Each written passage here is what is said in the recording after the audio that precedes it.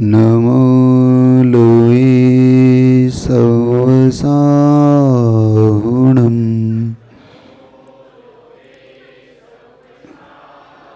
ऐसो पंचनमो यारो सवपावपणाशनो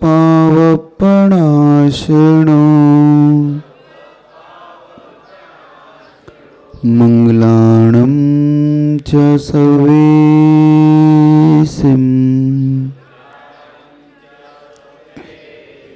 परमं हवै मंगलम् परमं हवै मंगलम् परमं हवै मंगलम्।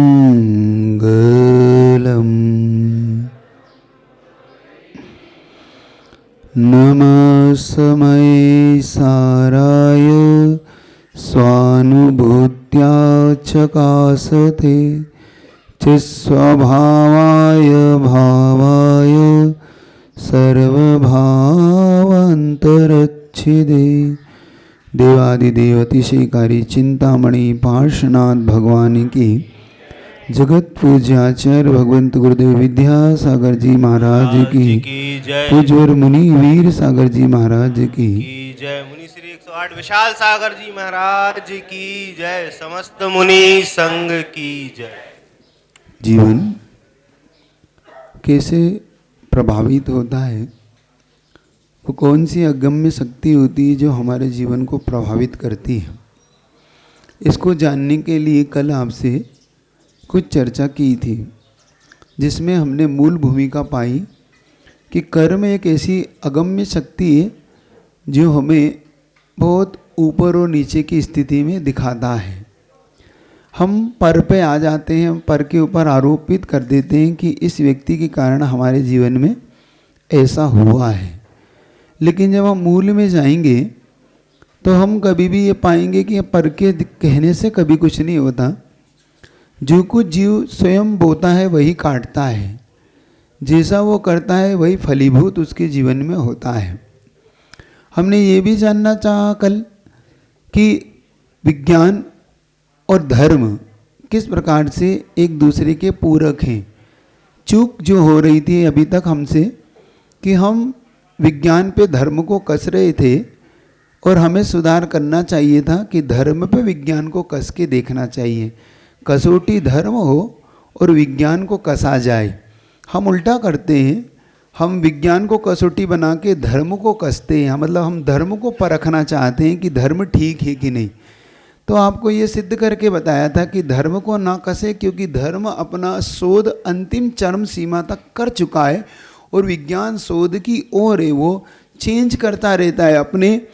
अपने जो बोलता है वो बदलता रहता है, कभी कुछ कहता है, कभी कुछ कहता है, कभी 350 जीव कहता है, कभी 36,450 कहता है, फिर आगे जाके वो और सारे जीवों की चर्चा करता है।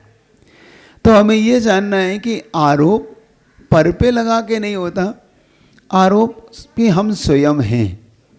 और जब हम स्वयं आरोपी हैं तो हमें निश्चिंत अपने आरोपों को स्वीकार करने से हम हल्के होंगे। पर के ऊपर आरोप डालने से हम मुक्त नहीं हो जाते। ये अपनी एक नेचर या स्वभाव को हमें बदलना होगा। कैसे, वो थोड़ा सा आपको चर्चा का विषय के आगे आज थोड़े कर्म की स्वभाव की चर्चा आपसे करूँगा। आचार्य भगवंतों ने एक उदाहरण दिया। जीवन में एक स्वान वृत्ति होती है और एक सिंह वृत्ति होती है। स्वान वृत्ति का मतलब होता है जिसका नेचर कुत्ते के समान हो, और सिंह वृत्ति का नेचर होता है जिसका नेचर सिंह के समान होता है। स्वान वृत्ति वाला क्या करता है, जैसे स्वान का नेचर, कुत्ते का नेचर पीछे से भौंकने का होता है, अथवा वस्तु को उसकी ओर आप फेंकोगे तो वो क्या करता है, उस वस्तु पे झपट्टा मारता है। जैसे आप उसकी तरफ रोटी फेंको तो वो ये नहीं देखता कि रोटी किसने फेंकी, वो ये देखता है कि रोटी है तो रोटी पे आपको देखना, रोटी को पकड़ लेता है।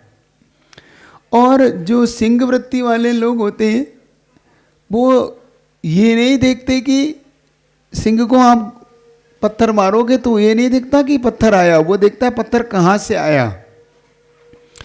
तो ऐसे ही हमारा नेचर होता है। एक कर्म के उदय में, हमारा कर्म उदय में आता है तो हम अगर स्वान वृत्ति वाले हैं तो हम व्यक्ति के ऊपर चले जाते हैं कि इस व्यक्ति के कारण देखो मेरे जीवन में इतना बुरा हुआ, इस व्यक्ति ने मेरा अहित किया। और जो सिंह वृत्ति वाले होते हैं वो कहते हैं ये व्यक्ति से नहीं हुआ, ये मेरे कर्म के उदय में हुआ।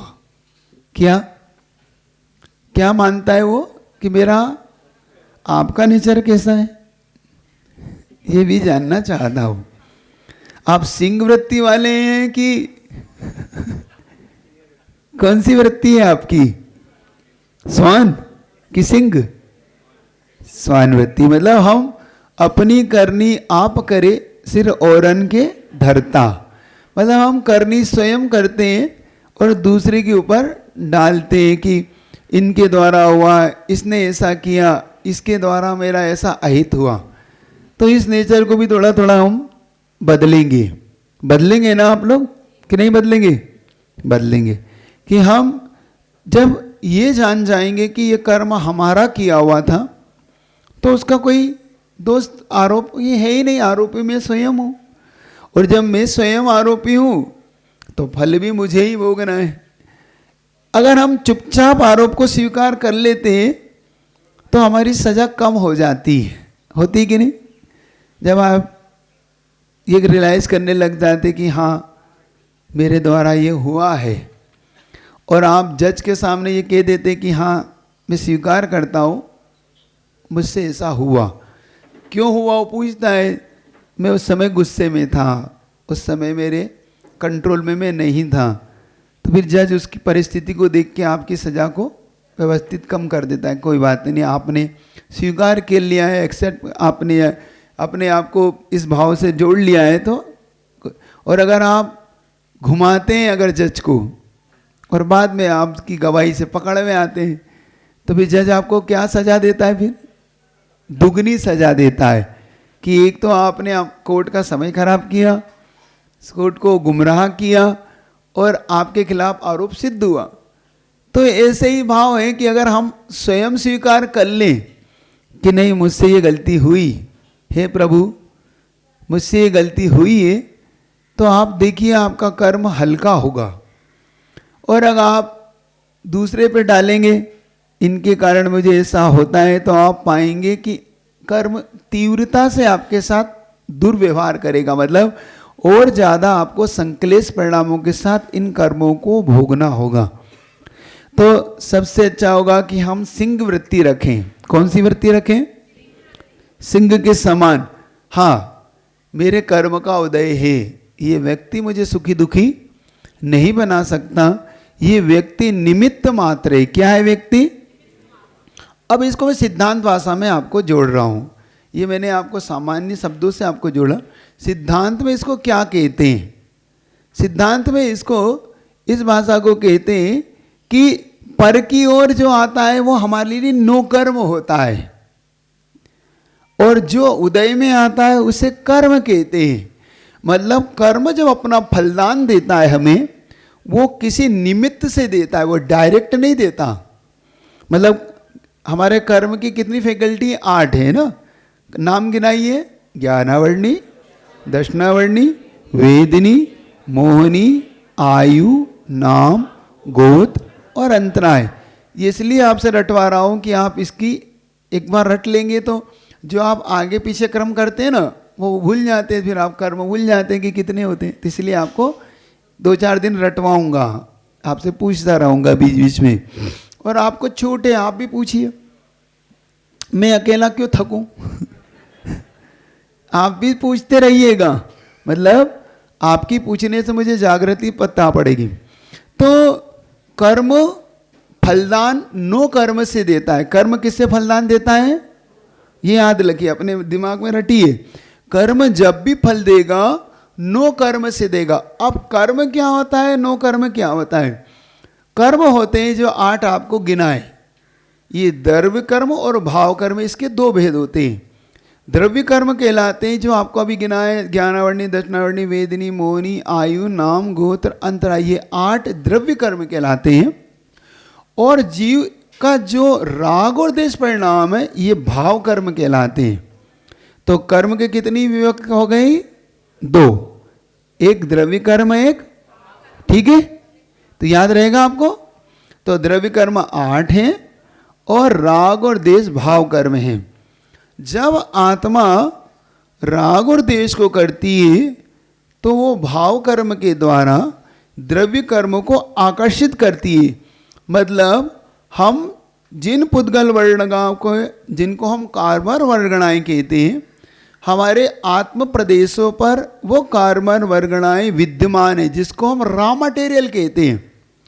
कर्म हमारा जब बन के आता है वो तो रॉ मटेरियल से वो चेंज हुआ है, मतलब वो हमारी आत्मा से जुड़ चुका है। लेकिन कोई पूछे आपसे रॉ मटेरियल क्या है इसका, तो उसे आप बताइए कर्म वर्गणाएं। क्या बोलना है इसको? हाँ, ये कुछ शब्दों को अपने दिमाग में जमा लीजिए। तो मैं फिर आगे आपको प्रॉमिस करता हूँ कि जो आपको आचार्य श्री के प्रवचन बहुत ऊंचे लगते हैं, महाराज जी ये तो ऊपर से जाते हैं, मेरा आपसे प्रॉमिस हो सीधे भीतर जाएंगे, इसके बाद सीधे भीतर जाएंगे आपके अंदर। फिर आपको ये नहीं करना पड़ेगा कि आचार्य श्री ने क्या बोल दिया। आचार्य श्री क्या करते हैं, प्रवचनों में सब चीज़ को लेके चलते हैं कि भाई थोड़े कुछ कम है, कुछ ज़्यादा है, तो अपन ऐसा नेचर बनाए। और एक शिकायत आपकी होती है, आचार्य श्री हमें देख के प्रवचन नहीं देते, या कोई साधु बहुत हमें देख के। मैं कह रहा हूँ आपसे, आप ये गलती कभी मत करिए, बड़े लोगों को अपने स्तर पे मत लाइए, बड़े लोगों के स्तर तक आप पहुँचिए। हम क्या करते हैं, हम उनको अपने स्तर पे लाके प्रवचन कराना चाहते हैं। महाराज जी हमारे स्तर पे आइए, तो सही बताइए घाटा किसका होगा? और अगर आप उनके स्तर तक पहुंच के प्रवचन सुनेंगे तो फायदा किसका होगा? यस। तो मेरा आपसे प्रॉमिस है, आप बहुत शांति और धैर्य से सुनेंगे तो मैं आपको उनके स्तर तक ले जाने की योग्यता आप में पैदा कर दूंगा। लेकिन आप उनके स्तर तक पहुंचने के लिए थोड़ा धैर्य और पेशेंस रखना होगा। रखेंगे कि नहीं? बिल्कुल सुनिएगा। थोड़ा आपको 2-4 दिन लगेगा अटपटा सा, थोड़ा क्लिष्ट विषय है, थोड़ा महाराज जी ने कौन सा विषय ले लिया, बोरिंग विषय है, ये तो बिल्कुल ही हमारे समझ से बाहर है। लेकिन घबराना नहीं। सफल व्यक्ति वो होते जो फाइट करते, है ना। किसी व्यक्ति ने बहुत अच्छा थॉट्स कहा था कि सफल व्यक्ति में और एक सामान्य व्यक्ति में क्या डिफरेंट होता है, क्या अंतर होता है। सामान्य व्यक्ति जो कार्य करता है, सफल व्यक्ति भी वही कार्य करता, बस अंतर इतना होता है सफल व्यक्ति उस कार्य को अलग ढंग से करता है, बस इसीलिए वो सफल हो जाता है। सामान्य व्यक्ति उसी ढंग से करता रहता है। तो हम कार्य करने के ढंग को बदलेंगे, जब हम पढ़ाई करने के ढंग को बदलेंगे तो हम सब कुछ करेंगे। तो अब याद रखिए, कर्म जब भी फलदान देगा, किससे देगा? नो कर्म से, कर्म वर्गणाओं से नहीं। कर्म वर्गणाएं रॉ मटेरियल हैं, वो हमारे आत्म प्रदेशों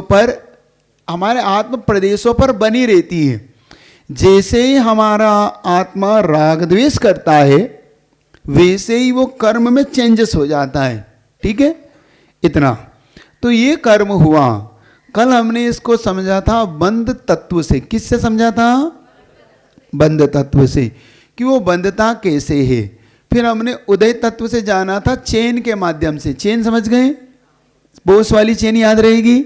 जब भी आपको मैं चेन कहूं, क्योंकि मैं आप शॉर्टकट में कहूंगा आपको, क्योंकि आपके कोई फार्मूले होते हैं ना, H2O, इस तरीके से फार्मूले से आप फिर अब पूरा नहीं ले लेते। अब आप मेरे को, मेरा ही फार्मूला चेन, तो आप समझ जाएंगे कि है कुत्ते की कहानी याद आएगी, काट लिया, और बोस को कैसे चेन घूम के साथ में। ठीक है, तो कर्म, हाँ माइक लेके चलेंगे तो कल का दोबारा रिवीजन कर रहा हूँ, वो मेरा नेचर है, मैं करता हूँ। तो कि मैं भूमिका बना रहा था, तो आपकी भूमिका से थोड़ा आगे भी खसकूंगा तो पीछे वाला थोड़ा सा, नहीं तो कल में ही 10 मिनट ले लूँगा, तो इसलिए अभी उसको मैं जोड़ूंगा, इससे मैं कनेक्टिविटी करूँगा आपको। जब मैं अगर 3 दिन बाद ही पढ़ाऊँगा तो आपको पूरा एक बार जोड़ लूँगा। तो कर्म का मतलब हुआ अपने जो ज्ञानावरणी कर्म। नो कर्म का मतलब क्या होता है, ये और समझ लीजिए। नो कर्म कहलाते हैं जो हमारे शरीर है। हमारे शरीर 3 प्रकार के, एक वैकृक शरीर है, एक औदारिक शरीर है और एक आहारक शरीर है। वैकृक शरीर देवों और नारकियों का शरीर वैकृक होता है। तिर्यंच और मनुष्य का शरीर औदारिक कहलाता है, जैसे ये हमारा औदारिक शरीर है ये। और आहारक शरीर 6ठे गुण स्थानवर्ती 7वें गुण स्थानवर्ती मुनि महाराज के लिए होता है, ये याद रखेंगे। ठीक है, ये 3 शरीर आपके, इन शरीरों के माध्यम से हमें अच्छे और बुरे फल मिलते हैं। वो कर्म जब उदय में आते हैं तो इन शरीरों के माध्यम से हमें अच्छे और फलदान देते हैं, ये आपको याद रखना है। अब कल के विषय से आपको जोड़ रहा हूँ। कल हमने 4 प्रकार के कर्ण को समझे, 10 प्रकार के कर्णों में 4 को समझा। पहला हमने बंध कर्ण को समझा। बंध का मतलब हमारा अनुबंध होना। जैसे ही हमने रागद्वेष किया, कर्म हमारे आत्मा से जुड़ गए, जिसको हम बंध कहते हैं। उदाहरण आपको दिया था, जैसे किसी दुकान से आपने कोई वस्तु खरीदी, उस वस्तु को खरीद लिया। जैसे आपने गेहूं खरीदा, तो गेहूं खरीदा ये आपका अनुबंध हो गया। उस व्यक्ति ने गेहूं आपके घर भेज दिया, तो आपने उसे स्टॉक कर लिया, स्टोर कर लिया अपने यहाँ पर। चूँकि गेहूं एक साथ काम नहीं आता, चूँकि आप स्टॉक करते साल भर का खरीदते, 6 बोरी 5 बोरी आपने खरीद लिया, तो वो पूरे साल भर के लिए हो गया, लेकिन अब उपयोग में तो थोड़ा थोड़ा आएगा। तो इसको बोलते हैं सत्ता। क्या बोलते हैं इसको, ये याद रखेंगे। जो आपने स्टॉक में डाल दिया सत्ता, फिर आप उसमें से कुछ गेहूं निकालते हैं। जैसे आपको 5 किलो गेहूं खरीदना, पिसवाना है आपको, क्योंकि आपको 3 दिन की मर्यादा है, तो आप 3 दिन की मर्यादा से पिसा लेते हैं। आप घर में 4 सदस्य हैं, तो 4 दर 3 दिन में चल जाएगा, आपने ऐसा बना लिया मान लो। तो आप उसमें से जो गेहूं पिसा के निकाल रहे हैं, इसको बोलते हैं उदय। क्या बोलते हैं इसको? लेकिन सत्ता और उदय के बीच में एक कार्य और होता है, इसको बोलते हैं, बहुत अच्छे आप याद रखेंगे, आबादा काल। क्या बोलते हैं इसको? आबादा काल का मतलब होता है कर्म ने जो बांधा था, सत्ता बनाई थी, लेकिन वो कर्म उदय में आने के लिए कुछ समय अपेक्षित रखता है। उस समय के बिना वो सिर्फ डायरेक्ट उदय में नहीं आता। जैसे आपने गेहूं खरीदा, तो आप गेहूं को सीधा उपयोग में नहीं लेते, क्योंकि वो गेहूं अभी ताज़ा है, तो उसके अंदर जो गर्माहट है वो लेंगे तो आपको शरीर को नुकसान देगा। तो आप क्या करते हैं, उसे स्टॉक कर लेते हैं 6 महीने, और साल भर बाद उस टंकी को फिर खोलते हैं कि अब ये पुराना हो गया है। पुराना होने के बाद अब ये उपयोग में लेने पर आपको नुकसान नहीं करेगा। ऐसे ही वो कर्म जब उदय में आने के पीछे का एक काल बनाता है, जिसको सिद्धांत में आबाधा काल बोलते हैं। क्या बोलते हैं उसको? याद रहेगा आपको। इस आबाधा काल आने के उपरांत वो अपना कर्म उदय में आता है। जब वो वर्गणाएं अपने निषेक रचना करते, उसको निषेक रचना मतलब अपना क्रम बनाता है। जैसे टाकीज में आप जाते हैं, तो टाकीज में आपको एकदम प्रवेश नहीं मिलता। टाकीज में प्रवेश क्या मिलता है आपको? एक एक करके टिकट देते जाइए और अंदर आप आते जाइए, कि एक साथ घुस जाते हैं आप। क्या करते हैं? 1 बाय 1 आता रहता है ना। ऐसे ही कर्म निषेक के द्वारा एक एक वर्गणाएं अपनी जब उदय में आती हैं, इसको बोलते हैं उदय। लेकिन जब टाकीज छूटता है तो क्या होता है, शटर ऊंची हो जाती है और फिर आप एक साथ निकलते। एक एक करके तो नहीं निकलते। जो एक साथ आप हुआ है, इसको बोलते हैं उदीर्णा। इसको क्या बोलते हैं, ये आप याद रखिएगा। जब कर्म पुंज के पुंज आपको उदय में आते हैं, उसको बोलते हैं उदीर्णा। और एक एक निषेक उदय में आते हैं, उसे बोलते हैं उदय। ठीक है। ये जो क्रम निषेक का जमता है, इसे एक निषेक रचना बोलते हैं। क्या बोलते हैं इसको? मतलब एक एक क्रम से वो क्रम जमा दिया, मतलब अब ये कर्म आपके आ रहे। जैसे आपने आज बांधा, कल बांधा था, 100 साल पहले बांधा था, लाख साल पहले बांधा था, वो निषेक रचना में आपकी सत्ता में पड़ा हुआ है।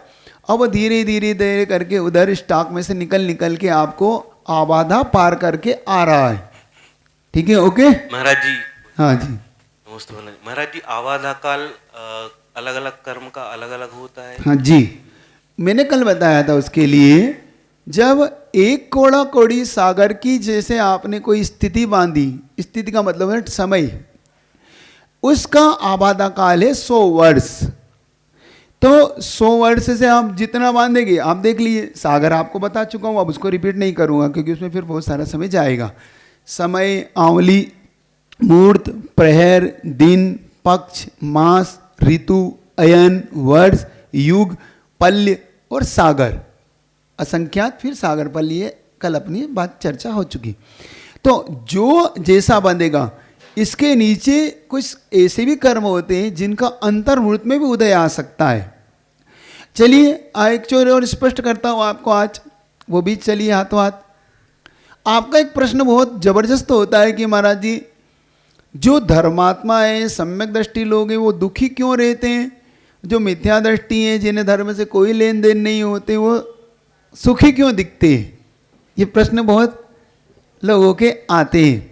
महाराज जी, हम धर्म ध्यान करते रहते हैं, फिर भी हमारा दुख कम ही नहीं होता, हमारे दुख मिटते ही नहीं।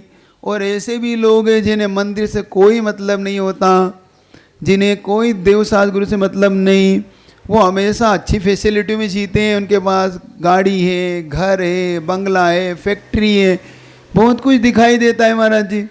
और उनसे कहो तो कहते भैया अभी तो हमारे पास मरने की भी फुर्सत नहीं है, अब तो मंदिर तो तुम ही चले जाओ। और एक हम हैं, इतनी शांति धारा करते हैं, इतनी जाप करते हैं, उपवास करते हैं, व्रत करते हैं, संयम पलते हैं, इतना सब कुछ करने पर भी हमारे दुख कम नहीं होते।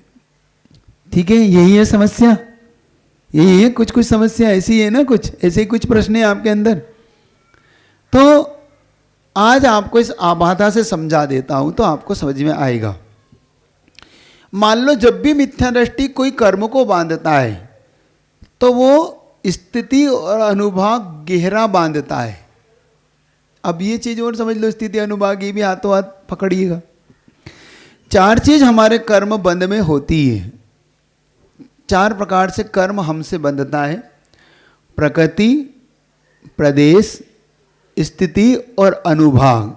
मेरे साथ दोहराइए: प्रकृति, प्रदेश, स्थिति और अनुभाग। ये 4 प्रकार से कर्म हमसे बंधता है। प्रकृति का मतलब होता है नेचर, स्वभाव, किस कर्म का क्या स्वभाव है। जैसे कि अगर मैं आपसे पूछूं गन्ने का स्वभाव क्या है? मीठा। करेले का स्वभाव, मिर्ची का स्वभाव। अब ये स्वभाव है, नेचर है, इसमें कोई चेंजेस नहीं हो सकता, जो स्वभाव है सो है। ऐसे ही अपने अपने कर्मों के अलग अलग स्वभाव हैं। ज्ञानावर्णी का स्वभाव, दर्शनावर्णी का स्वभाव, वेदनी, मोहनी, इनके अपने अपने स्वभाव है। इसकी आपसे इसके बाद चर्चा का विषय बना रहा हूँ। तो ये स्वभाव है। अब प्रकृति के बाद आता है प्रदेश। वो जो कर्म बंधा है कितने प्रदेश वाला है। जैसे कि आपका मोतीचूर का लड्डू होते हैं ना, तो उसमें कितने आपके बूंदी है, कितने दानों वाली है, तो उतना है। ऐसे ही कर्म के प्रदेश होते हैं। फिर होती स्थिति। स्थिति का मतलब होता है काल, समय, कि ये कर्म कितने काल तक हमारे साथ फलदान देगा। फिर होता है अनुभाग यानी शक्ति, ये कर्म कितनी शक्ति वाला है, पोटेंसी वाला है। ठीक है, इसके लिए एक उदाहरण हमेशा देता हूँ, सुनिए। जैसे आप टेबलेट होती है, टेबलेट, कोई टेबलेट होती है, उस अपना एक नेचर होता है उसका। ये सिर दर्द को दूर करती है, ये पेट दर्द को दूर करती है, ये कैंसर के लिए, ये बुखार के लिए, तो ये उसका नेचर हो गया। ठीक है, फिर उसमें क्वांटिटी होती है, वो कितने प्रदेश से बनी हुई है, वो जिसको आप ग्राम बोलते हैं, 1 ग्राम, 2 ग्राम, 3 ग्राम। ठीक है, फिर उसके अंदर एक्सपायर डेट होती है कि 1 महीने बाद, 2 महीने बाद, ये उसका स्थिति हो गई कि ये 3 महीने बाद, ये साल भर बाद ये गोली आपके उपयोग में आ सकती है। उसको आप क्या बोलते हैं? एक्सपायर, तो वो स्थिति हो गई। अब वो कितनी mg की है, ये 250 mg है, 500 mg है, 1000 mg है, ये उसकी अनुभाग हो गया, शक्ति, मतलब ये इतनी शक्ति पोटेंसी वाली है, ठीक है। नहीं, उसमें ग्राम बताए, वजन, वजन मतलब कितने प्रदेश, और उसकी शक्ति बताइए mg से मैंने, है मतलब आप कितने ग्राम पावर वाली है, वो कितनी पावरफुल है, ये दोनों चीजें अलग अलग है। अनुभाग का अर्थ होता है शक्ति, कर्म कितनी शक्तिवान है, कभी कभी कर्म इतने पावरवान होते कितना ही आप कुछ करो धर्म ध्यान वो कम ही नहीं होते, और कभी कभी एक माला फेरो और काम बन जाता है, तो उतनी कम शक्ति वाले, तो उसके अनुभाग पे डिपेंड करता है। माइक से पूछेंगे तो ज़्यादा अच्छा होगा, क्योंकि उससे क्या होता है जो सुनने वाले लोग सुन सके। नमस्ते महाराज जी। महाराज जी, प्रदेश जो आत्मा के प्रदेशों को जो ऑक्यूपाई करता है, घेरता है, उसका मतलब प्रदेश है यहाँ पे? हाँ, प्रदेश का मतलब होता है अणु जितने स्थान को घेरता है, एक अणु या परमाणु जिसको आप बोलते हैं, वो जितने स्थान को घेरता है उसको प्रदेश बोलते हैं। ये प्रदेश की आपकी तो डेफिनेशन है। अनुभाग से रिलेशन है इसका? अनुभाग जितना स्ट्रांग है उतने बड़ा प्रदेश भी? नहीं नहीं नहीं, उसका अनुमान से कोई लेना नहीं। जैसे कि आपका अणुबम होता है, वो होने में छोटा होता है और धमाका बड़ा करता है, पूरे नगर के नगर को खत्म करने की शक्ति रखता है। इससे कोई मेंटेन नहीं, इसका कोई लेन देन नहीं, वो तो उस कर्म के अनुभाग पर डिपेंड करता है कि हमने अनुभाग कैसा बांधा है। अभी जो स्टोरी आपसे करने जा रहा हूँ उसका अनुभाग आपको पता पड़ेगा कितना गहरा होता है। तो ये समझ में आ गया आपको? चलिए किसी को और, हाँ हाँ माइक आप तक आए, जब तक पूछ तो एक दो और रख लो जरा पूछते चलो, अच्छा लगता है मुझे कि कम से कम आप जागृत हैं। महाराज जी, हमारे उससे दो ही बातें ज़्यादा प्रभावित करती हैं। एक तो कितने समय तक वो हमारे साथ रहने वाला है, हमको फल देने वाला है, और दूसरी बात उसकी शक्ति कितनी है। तो ये दोनों बातें तो अनुभाग और स्थिति से क्लियर हो गई, प्रकृति हो गई कि किस का कैसा फल, ठीक है। लेकिन ये प्रदेश वाली बात जो है कुछ क्लियर नहीं होती कि इसका हमारे ऊपर क्या इम्पैक्ट है। हमारे ऊपर नहीं, हमारा हम पे तो इफेक्ट पड़ेगा अनुभाग स्थिति से, लेकिन उसके द्रव्य कर्म के बंद के लिए आपको प्रदेश तो बताने होंगे। जैसे कि आपने दवाई ले ली, तो दवाई में शक्ति तो थी, लेकिन वो कितने ग्राम वाली ये तो बताना होगी आपको। अगर वो दवाई का नेचर है वो बता दिया, शक्ति बता दी, स्थिति बता दी, लेकिन वो कितने ग्राम वाली है, उस ग्राम में से, उस ग्राम में तो तीनों चीज छुपी हुई है। हमको एक डायरेक्टली क्या इम्पैक्ट आता है? नहीं, वो कर्म बंध की में बंधन का वो विषय है। माइक से ही बोलिएंगे सब लोग, इसका आप सब ध्यान। वो कर्म बंध की एक वो स्वभाव 4 प्रकार के ये बताया जा रहा है। इससे भिन्न मान लो वो नहीं हो, प्रदेश ही नहीं हो, तो आप स्थिति किस में डालोगे, अनुभाग किस में डालोगे, और प्रकृति किस में बताओगे? वस्तु तो बताना होगी, तो वस्तु में प्रदेश बताना होंगे। ये इसका जब प्रदेश का बंद होता है तो 7 कर्मों में परसेंटेज फिक्स है कि अमुक ज्ञानावर्णी में, अमुक दर्शनावर्णी में, और सबसे ज्यादा द्रव्य वेदनियों को मिलता है महाराज जी। हाँ। प्रदेश का बंद होता है ना, प्रश्न तो करिए, fix प्रश्न क्या है आपका? तो प्रश्न यही था महाराज जी कि प्रदेश बनते हैं, कर्म जब आते हैं उनका स्वभाव जैसा है उसमें बंटवारा होता है आत्म प्रदेशों, उन कर्म प्रदेशों का, ठीक है। तो सबसे ज्यादा वेदनियों को मिलता है। ठीक, तो यही मतलब जानना था कि बंटवारा होता है तो कैसे बंटवारा होता है? ये बंटवारा होता है जब हम बांधते हैं तो ये बंटवारा हमारे परिणामों के अनुसार होता है। मतलब मान लो, इसमें एक चीज़ और जोड़िएगा आप, चूँकि साता वेदिनी के कारण अलग हैं और ज्ञानावर्णी दर्शनावर्णी इनके सबके कारण अलग हैं, ये भी आप इसमें ध्यानिएगा। लेकिन जब बंधन होता है, हमें मान लो हमने किसी को ज्ञान में अंतराय डाला, हमने उसे पढ़ने नहीं दिया, लाइट बुझा दी, हमने पुस्तक फाड़ दी, पुस्तक छिपा दी, हमने और भी ज्ञानावर्णी कर्म के बंध के जो कारण है उनको समझिया, तो अब आपको सबसे ज़्यादा ज्ञानावर्णी में बंधेगा। अब साता वेदिनी में नहीं जाएगा, लेकिन बंध विभाग जब होगा तो बंटवारा सबको होगा, ये याद रखिएगा। ऐसा नहीं होगा कि आप साता वेदिनी में ज़्यादा, क्योंकि ज्ञानावर्णी के अंश आप साता वेदिनी में डाल सकते, लेकिन जब बटेगा तो सब में बटेगा। कहते हैं खरबूज कटेगा तो सबको बटेगा। महाराज जी, आपने अभी बोला था ना वो गेहूं वाला एग्जाम्पल कि गेहूं तुरंत स्टॉक में लेते तो वो यूजफुल नहीं होता। ऐसे ही हम कर्म अगर बांधते तो वो तुरंत यूजफुल नहीं होता, लेकिन थोड़े दिन बाद अगर हम पॉजिटिव बांधेंगे या जैसे वो संक्रमण में बताऊंगा कि वो चेंजेस कैसे होता है। हाँ। वो बताऊंगा, वो आ रहा हूँ मैं, धीरे धीरे आप तक पहुँच रहा हूँ।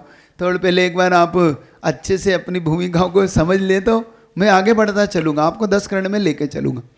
तो आपसे मैं कुछ चीज़ की जो चर्चा थी वो छूट न जाए कि सम्यक दृष्टि श्रावक और मिथ्या दृष्टि का जो भेद करके चल रहे थे कि मिथ्या दृष्टि को क्यों अपने कर्म और सम्यक दृष्टि को क्यों दुख मिलता है, ये समझने वाला मैटर था। नहीं कि ये मोटर गुम ना हो जाए, नहीं तो हम कहीं से कहीं ना हो जाए।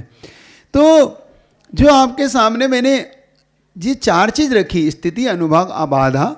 तो इसमें जो आबाधा का मैंने वर्णन अभी किया था आपके सामने, वो इसीलिए किया था कि मिथ्या दृष्टि की कर्म स्थिति जब बंधती है तो विशेष तौर से स्थिति बंध ज़्यादा होता है उसका, अनुभाग बंध बहुत तीव्र होता है उसका। तो स्थिति मान लो उसने 70 मिथ्यात्व की उत्कर्ष स्थिति कितनी है, 70 कोड़ा कोड़ी। अब वो मिथ्या जब उदय में आएगा तो उसकी आबादा कितनी पड़ी, जल्दी जोड़ के बताओ। 7000 वर्ष, क्योंकि एक कोड़ा कोड़ी पे 100 वर्ष, तो 70 कोड़ा कोड़ी पे 7000 वर्ष। तो 7000 वर्ष के बाद वो कर्मोदय में आएगा। लेकिन कोई सम्यक दृष्टि है, जैसे ही वो जब कर्म बांधता है तो अंतः कोड़ा कोड़ी में बांधता है वो, मतलब कोड़ा कोड़ी के अंदर। जब भी कोई कर्म बांधेगा वो कोड़ा कोड़ी के अंदर बांधता है सम्यक दृष्टि। मिथ्या दृष्टि बांधता है सागरों में। तो जब वो बांधेगा तो उसका उदय अंदर वृत्त में आ जाता है। कितनी देर में आ जाता है, आपको अब समझ में आ गया क्यों लेट हो रहा है मिथ्या दृष्टि को?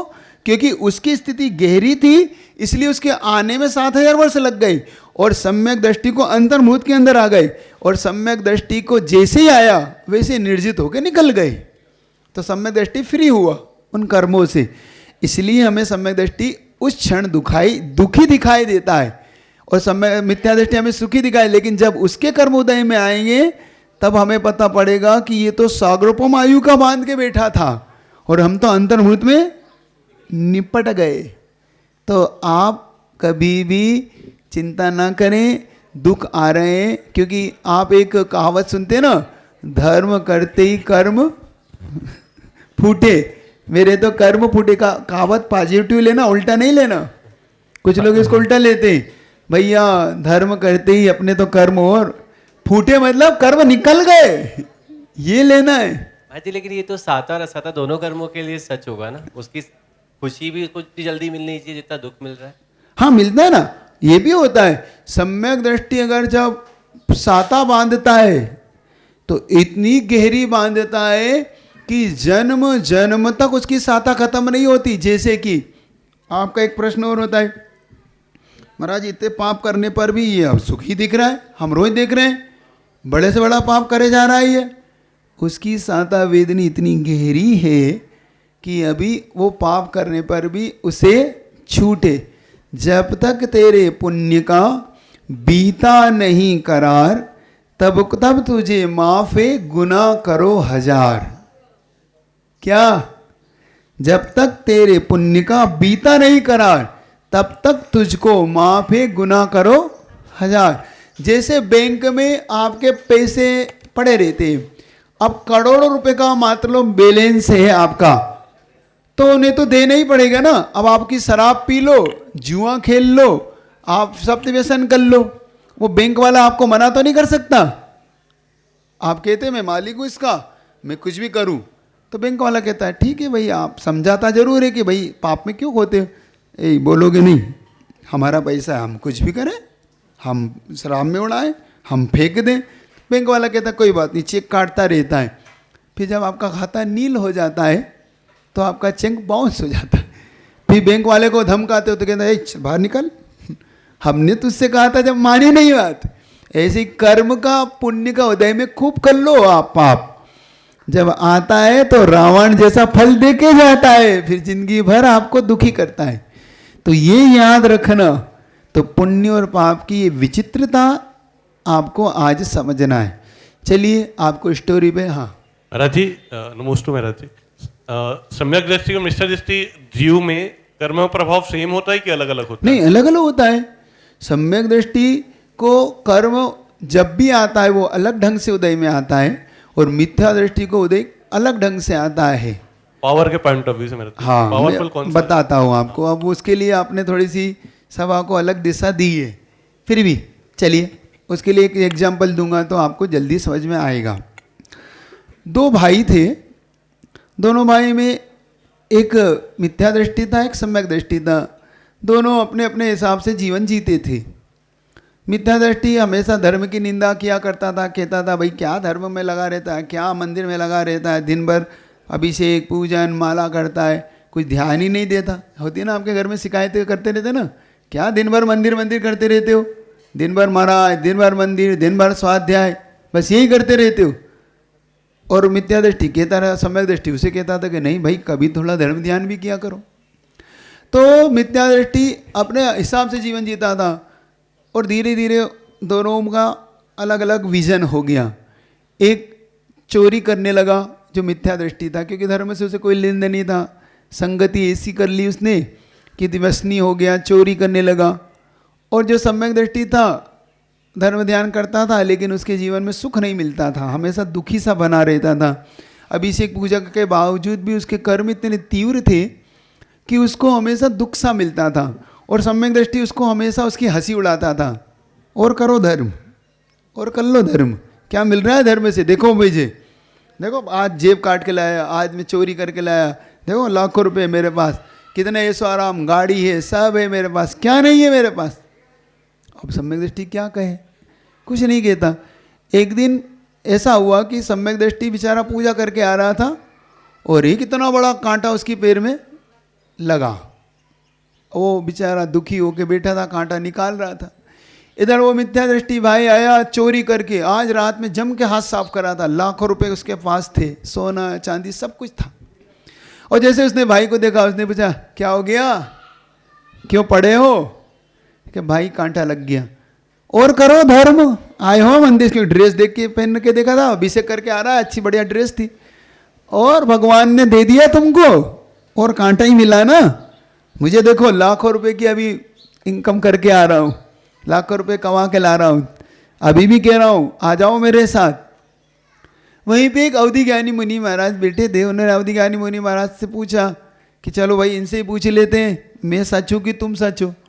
जो कि नहीं मानोगे, चलो तुम्हारे बाबा से ही पूछ लेते हैं आखिर क्या कहते हैं तुम्हारे महाराज।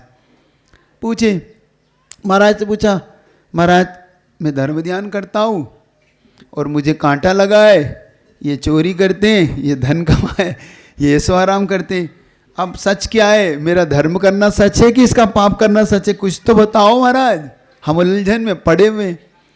महाराज ने अपने अवधि ज्ञान से जान के बताया, देखो सच तो धर्म ही है, तो महाराज फिर ये ऐसो आराम में क्यों है, आपके प्रश्न का उत्तर दे रहा हूँ।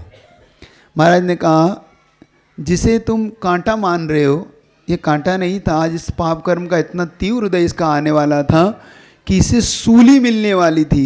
सूली जानते हो, सूली यानी फांसी नहीं होती, सूली वो होती है एक नुकीला सा एक कांटा होता है, उस पर बिठा के गाड़ दिया जाता है राजा के द्वारा।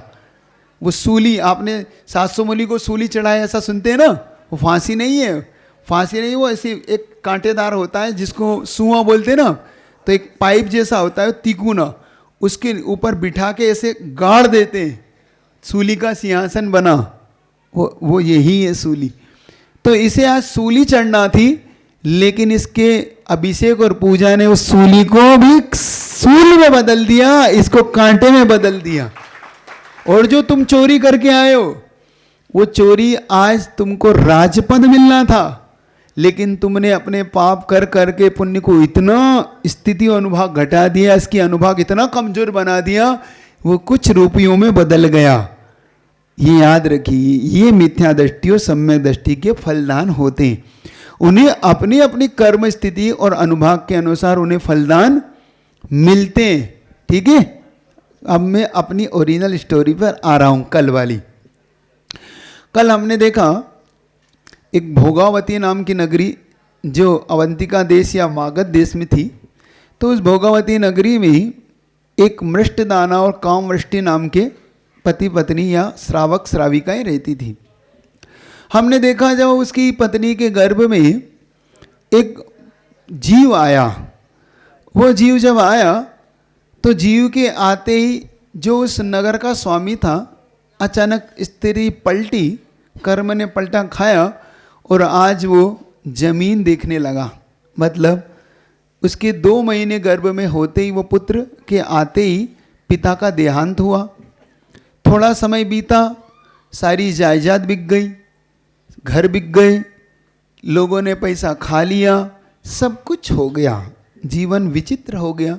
उसकी माँ जो कभी नगर की स्वामिनी कहलाते थी, आज घर घर जाना पड़ रहा है, घरों में काम करना पड़ रहा है। स्थिति बड़ी विचित्र होती है, जीवन बहुत अलग ढंग का है। जरा इसके अभिमान से बचिएगा। कभी आपके जीवन में अभिमान आ रहा हो कि मेरी क्या पोजीशन है, मेरे सामने क्या लगता है, तो कभी मत करिएगा। ये अभिमान आपको बहुत नीचे ले जाएगा। उस क्षण आपको याद आएगा कि काश मैंने ये नहीं किया होता, किसी के साथ दुर्व्यवहार। ये तो दिन है, कभी राजा रंक हो जाता है, कभी रंक राजा हो जाता है। जिनके दिन बहुत ऊंचे थे उनके दिन बहुत नीचे भी आ जाते हैं। करोड़पति सड़कपति होते हुए देखे गए हैं, और ये रियल बता रहा हूँ। जीवन में हमने ऐसे लोगों को मैंने अपने जीवन में देखा है जिनके दिए जलते थे, मतलब उनके नाम से ही काम हो जाते थे। आज उनके नाम लेवे वाले भाई कोई नहीं बचे, मतलब उनको पूछने वाला भी नहीं बचा। तो आपको एक छोटी सी सलाह दे रहा हूँ, जीवन में कितने ही ऊंचे पद पे पहुँच जाना, लेकिन अभिमान को छूने मत देना। अभिमान बहुत बुरी चीज़ होती है, जीवन में इस बात से बचना। एक उदाहरण दे रहा हूँ, कभी पूज्य प्रमाण सागर जी के महाराज के मुख से मैंने इसको सुना था, मुझे बड़ा अच्छा लगता है इस अभिमान से बचना। उन्होंने उदाहरण दिया था एक महिला का, और रियल घटना थी, वो काल्पनिक नहीं थी। एक महिला कभी महाराज की सभा में आया करती थी, मंदिरों में आती थी, तो वो जमीन पर बैठा करती थी। चूँकि वो बहुत बड़ी और अच्छी रिच फैमिली सी थी, बहुत अच्छी पैसे वाली थी, फिर भी वो ज़मीन पे बैठा करती थी। तो वहाँ की ट्रस्टी, उनके कमेटी के लोग उनका सम्मान में उनसे कहते थे कि नहीं भाभी जी आप नीचे क्यों बैठते हैं, आप ऊपर बैठिए, आप दरी पे बैठ जाइए, आप कुर्सी पे बैठ जाइए। तो कहती नहीं, मुझे नीचे ही ठीक लगता है, मुझे ज़मीन ही ठीक लगती है। कारण पूछा गया तो वो बताते नहीं थे। महाराज ने भी उनको बहुत देखा कि इतना अच्छा है, दान भी खूब करते हैं, फिर भी ये नीचे क्यों बैठते हैं। तो कमेटी ने भी कहा कि महाराज जी हमें आज तक इन्होंने नहीं बताया, समझ में भी नहीं आता ये क्यों ऐसा करते हैं। तो महाराज जी ने उनसे एक दिन जब वो दर्शन करने कमरे में आए तो उनसे कारण पूछा कि क्या कारण है, आप ये नीचे क्यों बैठते हैं, क्या कोई मन में कोई ऐसी बात है आपके, या कोई आपको दिक्कत है किसी से। नहीं महाराज जी मुझे किसी से दिक्कत नहीं। तो फिर आप ऐसा क्यों करते हैं, आप बैठते क्यों नहीं आप, जब आपको ट्रस्टी तो सम्मान देते। तो क्या महाराज जी मेरे जीवन की बहुत विचित्र घटना है, आपको अगर थोड़ा समय हो तो मैं बताती हूँ। महाराज ने कहा हाँ बताओ, मैं भी जानना तो मैं भी चाहता हूँ। तो जो घटना बताई वो गजब की घटना है, कभी इस चीज़ का अभिमान नहीं करना। उसने कहा कि महाराज जी मेरे जीवन 2 भागों में बटा, जो आज का आप देख रहे हैं वो, और एक वो भाग है जो कभी किसी ने नहीं जाना वो भाग। तो मैं वो आपको उससे ज्ञात कराती हूँ जो मैंने पहला जीवन था। मैं पहले भी इतनी ही अमीर थी जितनी अमीर आज दिख रही हूँ मैं, लेकिन मेरे जीवन का एक ऐसा दौर भी आया जब मेरे जीवन में कुछ भी नहीं रहा। लेकिन मैं जो दान दिया करती थी उस समय, जब मैं दान देती थी, जब पहले बहुत अच्छी पोजीशन में थी, तो मैं थोड़ा सा अभिमानी होती थी। मैं अभिमान मेरे जीवन में होता था कि देखो मैंने दान दिया, मैंने इतना बड़ा दान किया। तो मैं हमेशा उसको मतलब भुनाना चाहती थी, उसका श्रेय लेना चाहती थी हमेशा। तो मैं हमेशा मंचों पे आगे रहने का पुरुषार्थ करती थी, ऊंचा बैठने का पुरुषार्थ करती थी। और मुझे दान का बड़ा घमंड हुआ करता था कि मैंने इतना दान दिया, मेरा नाम लिया जाए मेरे नाम की पोजीशनों में, इसलिए मैं उस दान को देती थी। लेकिन जीवन में ऐसी आया कि हमारे जो पतिदेव जिस व्यापार को करते थे वो व्यापार में एक दिन घाटा लगा, और मैंने कहा ना, जब कर्म पलटता है तो चारों तरफ से पलटता है, वो सारे दिन ही बदल। और घाटा इतना लगा कि हमारी दुकान बिक गई, हमारे लोगों ने पैसे भी सब नीचे कर लिए, बैंकों ने लोन देना बंद कर दिया, सब कुछ विपरीत हुआ। जब होता है तो चारों तरफ से। और ऐसी भी पोजीशन आई कि मेरे घर भी बिकने की नौबत आ गई, और वो भी बिका। लेकिन जो मुनीम जी हमारे यहाँ काम करते थे, वो मुनीम जी ने निवेदन किया कि देखो मैंने आपके यहाँ ज़िंदगी भर काम किया है, आज मेरा मन है कि आपके कुछ काम आऊँ। ज़िंदगी भर आपने मेरे लिए सब कुछ किया, मुझे काम दिया, आज आपके बुरे दिन हैं तो मेरा मन है कि आज बुरे दिनों में मैं आपके काम आऊँ। तो वो भैया हमारे घर में, वो अपने घर ले आए कि अब आप कहाँ किराए के मकान में कैसे रहोगे, क्योंकि वो जानता था कि हमारी पोजीशन क्या है, हमारे पास अब कुछ नहीं है, जो कुछ है उसमें हमारा थोड़ा बहुत काम चल जाएगा, साल भर का 6 महीने का वो कुछ है हमारे। तो ये कह के उसने हमें घर ले गए।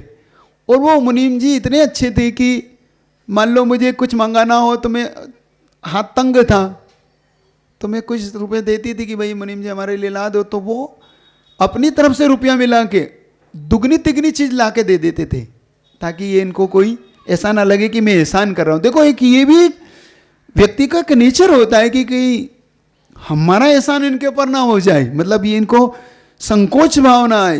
देखो इस भाव से कभी करना सीखा आपने, इस भाव को करना सीखना।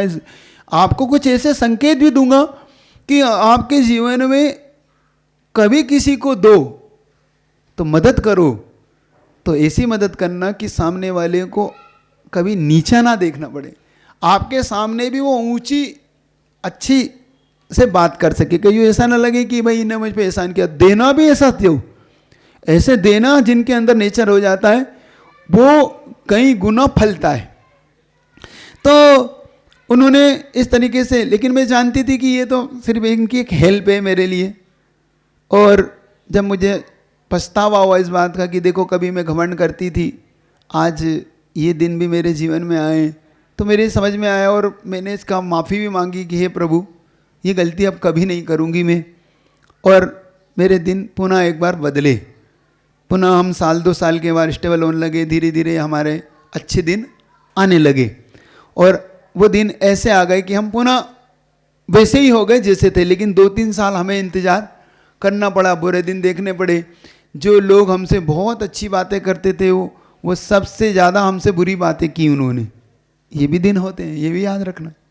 जो सबसे करीबी थे वो सबसे दूर हो गए, वो हमारी तरफ निगाह भी नहीं देखते थे। कभी हम उन्हें कुछ देखते थे कि भैया हमारी मदद करेंगे तो उन्होंने हमें पहचानने से भी मना कर दिया है। ये भी होता है जीवन में, ये भी दिन देखने पड़ते हैं कि जो सबसे खास होते हैं वो सबसे बेवफा होते हैं, सबसे ज़्यादा आपसे, सबसे ज़्यादा आप पलटी मारते वो। मैंने इसलिए आपसे कहा था ना कि ये चीज़ बदलिएगा अपने जीवन। तो जब मैंने देखा कि जो लोग खास थे वो सब बदल गए, जो लोग पहचानना चाहते थे उन्होंने पहचानने से इनकार कर दिया, जो लोग कभी कहते थे कोई बात नहीं ले लीजिए हम आपसे ले लेंगे, वो भी कहते थे भाई पहले दे दो, हो तो बात करो नहीं तो आगे बढ़ो। इस तरीके से ये जीवन भी हमने देखा। तो मैंने सब जीवन देखा। जब पूरी अच्छी तरह से हम स्टेबल हो गए तब मैंने अपने इस बात का अभिमान छोड़ दिया और फिर मैंने एक नियम ले लिया कि देव साज गुरु के सामने कभी भी दान देने का अभिमान नहीं करूंगी, क्योंकि मैंने अपने जीवन को फलीभूत देख लिया। जिस चीज़ का मैं अभिमान करती थी कि मेरे पास इतना पैसा, उस पैसे ने मुझे ये दिखा दिया कि कौन किसका है। ये चीज़ मेरे जीवन में बदली। तो मैं आपसे एक बात कहना चाह रहा हूँ कि जीवन में कभी अच्छे दिन आते हैं, कभी बुरे दिन आते हैं, लेकिन अच्छे दिनों में अभिमान नहीं करना, बुरे दिनों में दीनता मत लाना। कभी कोसना नहीं किसी को, कभी किसी को कोसना नहीं। स्वानवृत्ति रखोगे कि सिंहवृत्ति, अब पूछ रहा हूँ। हाँ, जहाँ से शुरू करता हूँ वहाँ ख़त्म करता हूँ, मेरा नेचर है। तो स्वानवृत्ति रखोगे कि सिंहवृत्ति? सिंह वृत्ति। कोई भी व्यक्ति कुछ भी कहे तो बस कहना कि मेरे कर्म का उदय है। एक नेचर बना लेना अपना, आज से एक नेचर बना लेना कि जब जब तुम्हारा बुरा हो, जब जब तुम्हें अपना अहित दिखे, जब जब तुम्हें लगे कि इस व्यक्ति ने किया, तो बस एक ही मन में भाव लाना, इसका दोष नहीं है, मेरे, जोर से बोलो, मेरे कर्म का दोष है। बस इतना सा नेचर आपने कर लिया, गारंटी मैं देता हूं आपको, अंतर मुहूर्त में वो कर्म अपना पलटा खा जाएगा। अंतर मुहूर्त के अंदर मैं देख रहा हूँ, आचार्य भगवान हमेशा हम लोग से कहते थे, जब हम आचार्य से कहते थे, आचार्य श्री हम थोड़ा सा कष्ट है, पीड़ा है, दुखी है, मतलब बुखार आ रहा है, ये हो रहा है, तो गुरु जी कहते असाता की उदीर्ण चल रही है, बस समता से सहन कर लो, ज़्यादा इसमें संकलेश मत करो। और हमने देखा सिर्फ अंतर्मुहूर्त या 2-4 घंटे में वो पलटी खा गया। हमने शांति से सहन किया, शांति से सहन किया, वो पलटी खा गया। और अगर हमने उसको छेड़ा छाड़ी करी तो वो दुगना है। जैसे कभी कभी होता है ना, कोई चीज़ कांटा लगता है, थोड़ा इंतजार करना पड़ता है, वेट एंड वॉच। जरा कुछ चीज़ों में नीति अपनाइए, रुकिए और देखिए, थोड़ा सा रुकिए, हर चीज़ में जल्दीबाजी मत करिए, जल्दीबाजी हमेशा अच्छी नहीं होती। तो जब उस माँ ने देखा कि भाई कर्म का उदय तेज है, बेटा जब बड़ा हुआ तो अपनी स्टोरी पहुंच गई थी कि वो बेटा एक ऐसी जगह काम करने पहुंचा जहाँ चने की खेती थी, और वो किसकी थी, जो इसका नौकर था, कभी इसका नौकर हुआ करता था, उसका नाम सुकृत पुण्य था। नाम ये याद रखिएगा, क्योंकि जब एग्जाम होगी तो ये सब आएंगे। भोगावती नगरी, काम वृष्टि, मृष्ट दाना, अकृत पुण्य उसका पुत्र है, सुकृत पुण्य उसका मालिक बना। ये याद रखिएगा, ये सारी चीजें। जब आपकी एग्जाम देना है, सबको देना है कि नहीं देना है? हाँ देना है, बहुत अच्छी एग्जाम होगी और अच्छा प्राइज भी दिलवाऊंगा अगर अच्छी एग्जाम दोगे तो। हाँ वो ऐसा, वो प्राइज में मुझे आपको कुछ ये नहीं, सोना चांदी नहीं देना, प्राइज में दोनों हाथों से आशीर्वाद देना है मुझे। हाँ तुम्हें कोई लालच इसलिए दे रहा हूँ, ठीक है ना? तो चाहते हो कि ना दोनों हाथ से आशीर्वाद, इससे बड़ी कोई प्राइज होती क्या?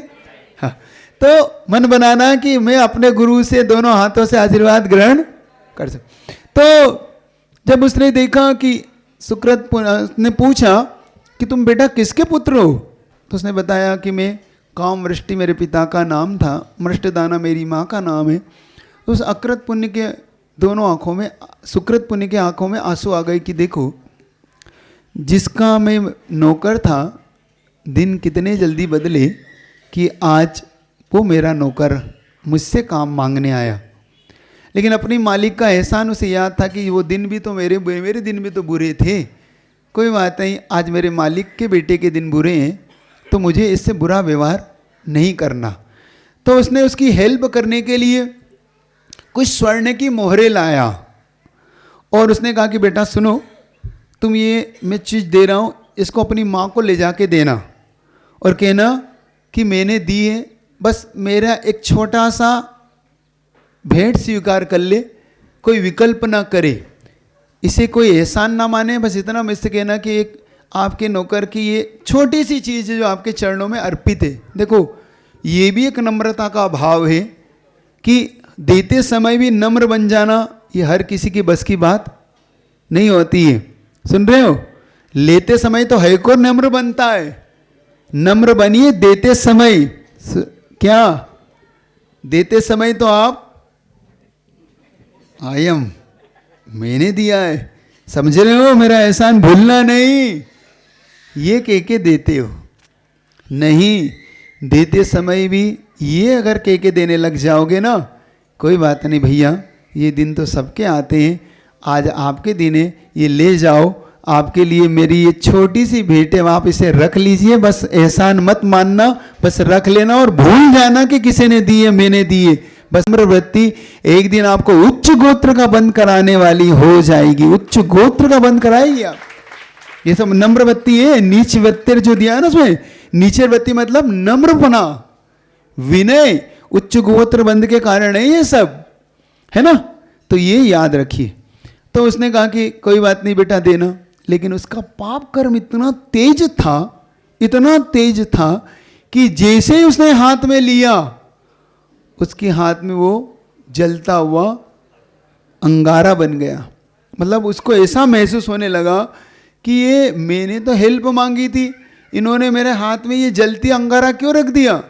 तो कहता है मैंने आपका क्या बिगाड़ा था, आपने मेरे हाथ पे ये अंगारा क्यों रख दिया, मेरे से क्या गलती हुई। वो समझ गया, ओहो इसका तो तीव्र पाप कर्म का उदय है, इसलिए ये चीज़ इसको फलने वाली नहीं है। उसने कहा कोई बात नहीं, मेरे हाथ में रख दो मेरी चीज़। और जैसे उसने हाथ में दिया, वापस वो स्वर्ण मोहरे। देखो इसको बोलते हैं संक्रमण। क्या बोलते हैं इसको? चेंजेस। तुरंत साता का असाता में, असाता का साता में। चीज वही होने पर भी कर्म के उदय में वो कोयला हो जाती है, और कोयला भी पुण्य के उदय में सोना हो जाता है। होता है कि नहीं? कभी कभी क्या होता है, कोई पुराने घर आप खरीदते हैं तो आपको एक मटकी सी निकलती है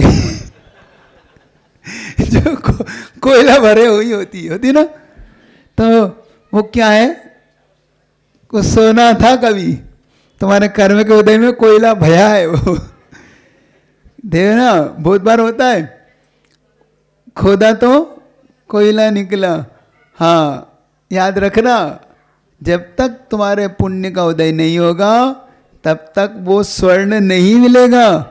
कुछ लोग विशेष तौर से खुदवाते रहते, पूछवाते रहते तांत्रिक मांत्रिकों से, भाई देखना हमारे घर में कुछ है, किसी ने बताया है, तुम्हारे यहाँ इतना है इतना है। ये सब काम मत करना, चक्कर में मत पड़ना, क्योंकि जब तक वो पुण्य में नहीं होगा, उपयोग में भी नहीं, क्योंकि जिनके ऐसे पुण्य से नहीं निकलते, बाद में उन्हें वो दुखी बना के छोड़ के जाते हैं।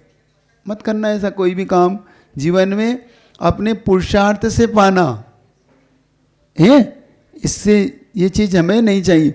तो जैसे ही उस बेटे के सामने ये बात आई, बेटे से फिर उसने कहा कि एक काम करो बेटा, ये चना है, तुम तो एक काम करो, जितना चना भर सको तो भर लो। उस बेटे ने चूँकि एक पहले एक पगड़ी जैसी बांधते थे ना, उसको दुपट्टे को खोला और उसमें चना भर लिया। खुशी खुशी घर पहुंचा, माँ से कह रहा था कि माँ आज इतना चना लाया हूँ कि तू देखकर खुश हो जाएगी। लेकिन जैसे ही माँ ने पोटली खोली तो चना इतना सा निकला। माँ ने कहा बेटा तू तो कह रहा है इतना सारा लाया हूँ।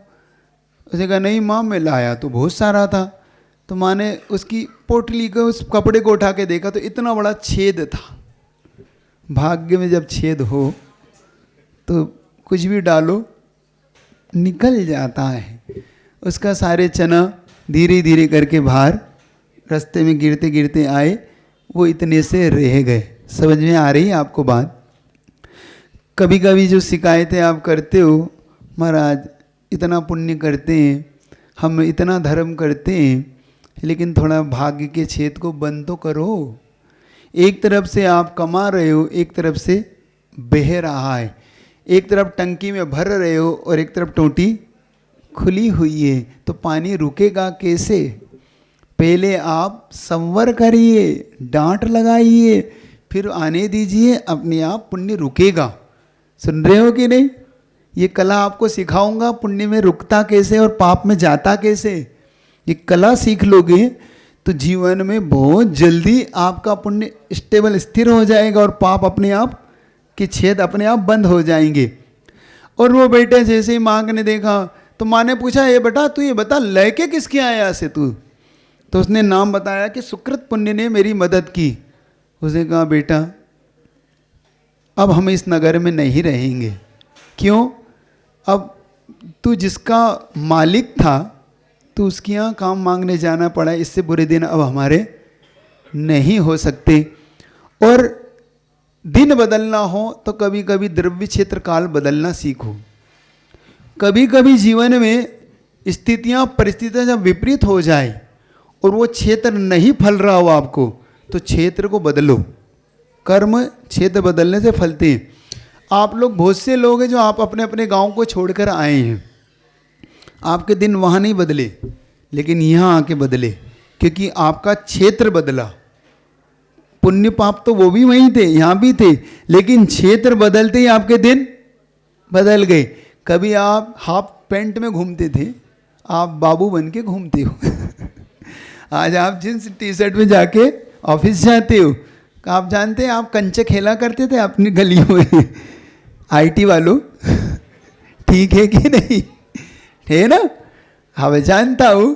तो ये दिन ऐसे बदल जाते हैं, याद रखना इन बातों को। तो उसने कहा बेटा अब अपने दिन यहाँ तो मुझे नहीं लगता बदलते हैं, अपने हम यहाँ से छोड़ेंगे। तो उसकी माँ ने वहाँ से अयोध्या की ओर जाने का मन बनाया, और जब वहाँ से निकलने लगी तो एक शीश पाक नाम के गांव में पहुँची। रास्ते में वहाँ पर उसके बेटे ने कहा कि माँ मुझे भूख लग रही है। तो जो चने से थोड़ा बहुत कले हुआ नाश्ता बनाया था उससे उसने भोजन किया, लेकिन पानी कैसे पीते? तो वहीं पे एक जिसके यहाँ पर भोजन जिसके घर के सामने कर रहे थे, वो उसका नाम बलभद्र था। बलभद्र नाम का वो व्यक्ति अपने घर से एकदम बाहर निकला तो देखा कि एक सज्जन महिला, बहुत सज्जन लग रही है, बहुत अच्छे घराने की लग रही है। तो उसने पूछा कि आप बहन आप कौन हो? तो उसने बताया कि मैं कर्म के मेरे ऐसे दिन के कारण मुझे ये दिन देखना पड़े। तो उसने पूछा कि बहन आप कहाँ जा रही हो? तो कहा कि मैं, उसने बताया कि मैं काम ढूंढने के लिए निकली हूँ, कहीं पे काम करके जीवन यापन मुझे करना। तो उसने कहा कि बहन अगर आपको बुरा ना लगे तो मैं आपको मुझे अपना भाई मान ले, मैं आपका मुँह वाला भाई बनता हूँ आज से, और मैं आपको अपना बहन मानता हूँ। आप मेरे घर पे ही मेरे पुत्र हैं, उनके लिए भोजन इत्यादि आप बनाना करें और यहीं रह लें। तो उसने कहा कोई बात नहीं, मुझे तो काम चाहिए। तो उस भोगावती नगरी से जब वो शीश पाक नाम की नगरी में पहुंचती है, कौन सी नगरी में पहुंचती है? शीश पाक नाम की नगरी में पहुंचती है।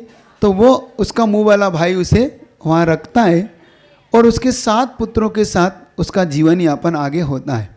कल आगे की घटना समझेंगे, कर्म के वर्णन समझेंगे। अब कल क्या होगा मैं तो नहीं जानता। कल अगर आपका टेस्ट बदलता है मतलब कल आपको अगर कोई नए मुनि महाराज आपको हो सकता है क्लास लें तो देखेंगे, नहीं लेंगे तो फिर अपन इस तरीके से इसको अच्छे से पढ़ेंगे। ठीक है, एक छोटा सा भजन करूं, समय है, चलिएगा। 2 मिनट में 5 मिनट और लूँगा आपके, इसके बाद आपको जो है सो है वाला नहीं करूँगा, थोड़ा अलग करूँगा। ठीक है है अभी और भी बहुत है। चलिए, क्योंकि कर्म को दे एक प्रतिक्रमण जैसा आपको कराता हूँ जो अपने जीवन में होता है। ठीक है। मेरे भगवन मुझे एक बार तू आगाह कर देना, मेरे भगवन मुझे एक बार तू आगाह कर। जब भी हो शाम जीवन की, जब भी हो मुझे इत्लाह कर देना, मुझे इत्लाह, मुझे मौका बस एक देना, मुझे मौका बस एक देना, मैं अफसोस कर पाऊँ कि मैं अफसोस हुई जो गलतियाँ मुझसे, हुई जो गलतियाँ मुझसे, उन्हें मैं तुमसे कह पाऊँ, उन्हें मैं तुमसे कह पाऊँ। मेरी आँखों में हो आंसू, मेरी आँखों हो पश्चाताप अपने पर, हो पश्चाताप मैं अपनी मान लूँ गलती, मैं अपनी मान लूँ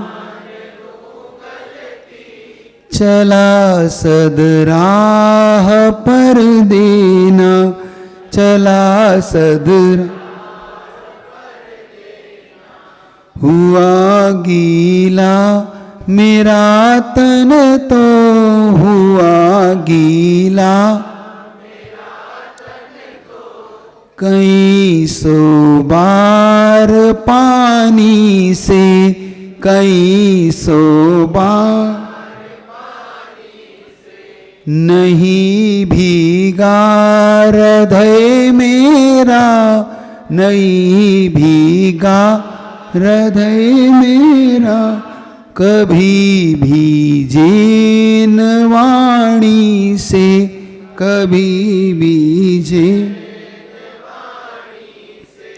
मुझे वो भक्ति सिखला दो, मुझे वो भक्ति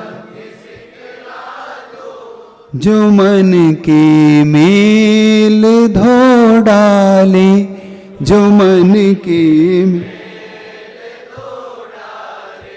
न छूटे ध्यान चरणों का, न छूटे ध्यान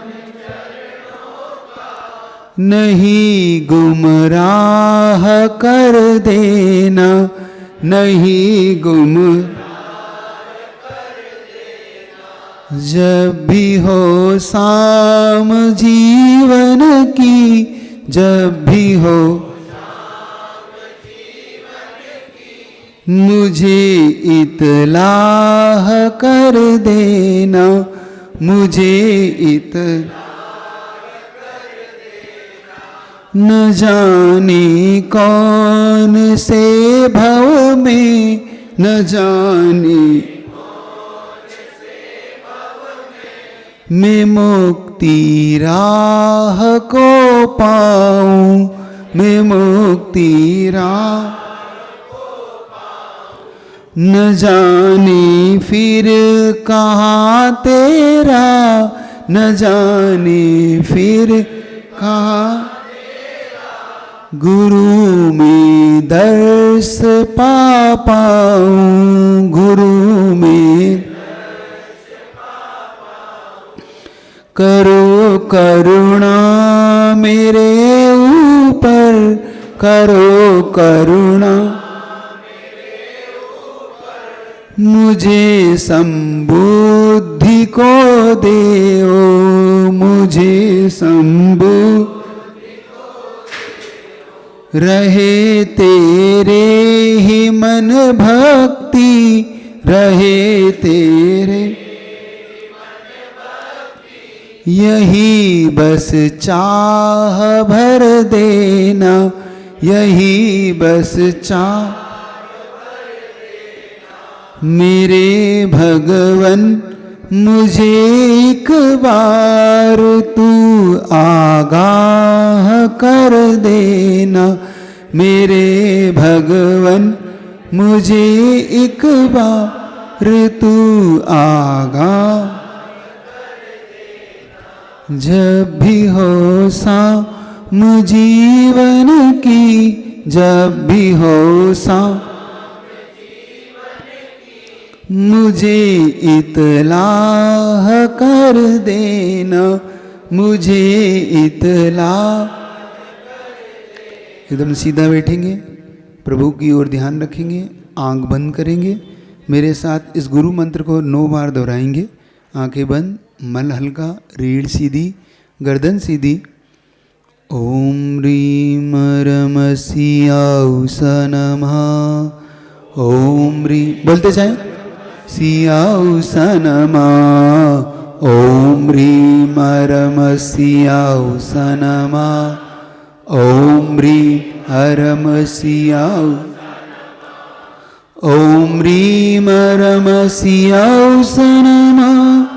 ओम ह्रीम अरम असियाउस नमः। ओम ह्रीम अरम असियाउस नमः।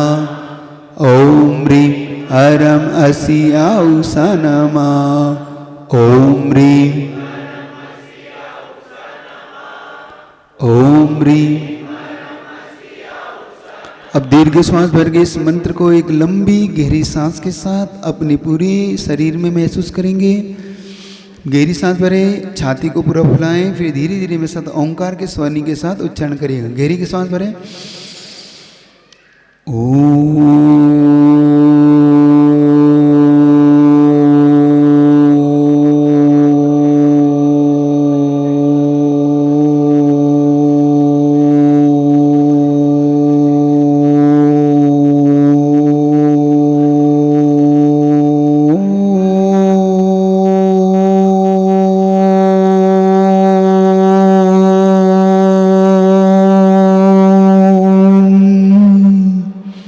रीम का उच्चारण करेंगे।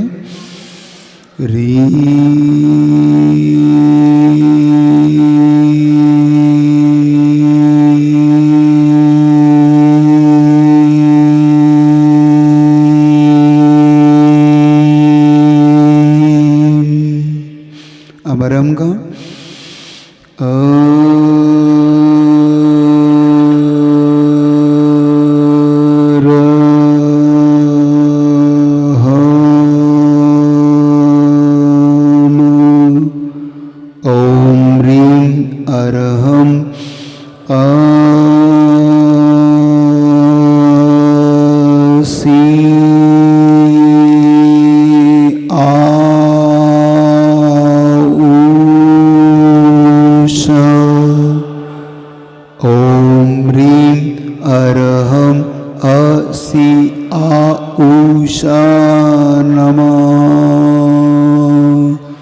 दोनों हाथों को अच्छे से रगड़िएगा।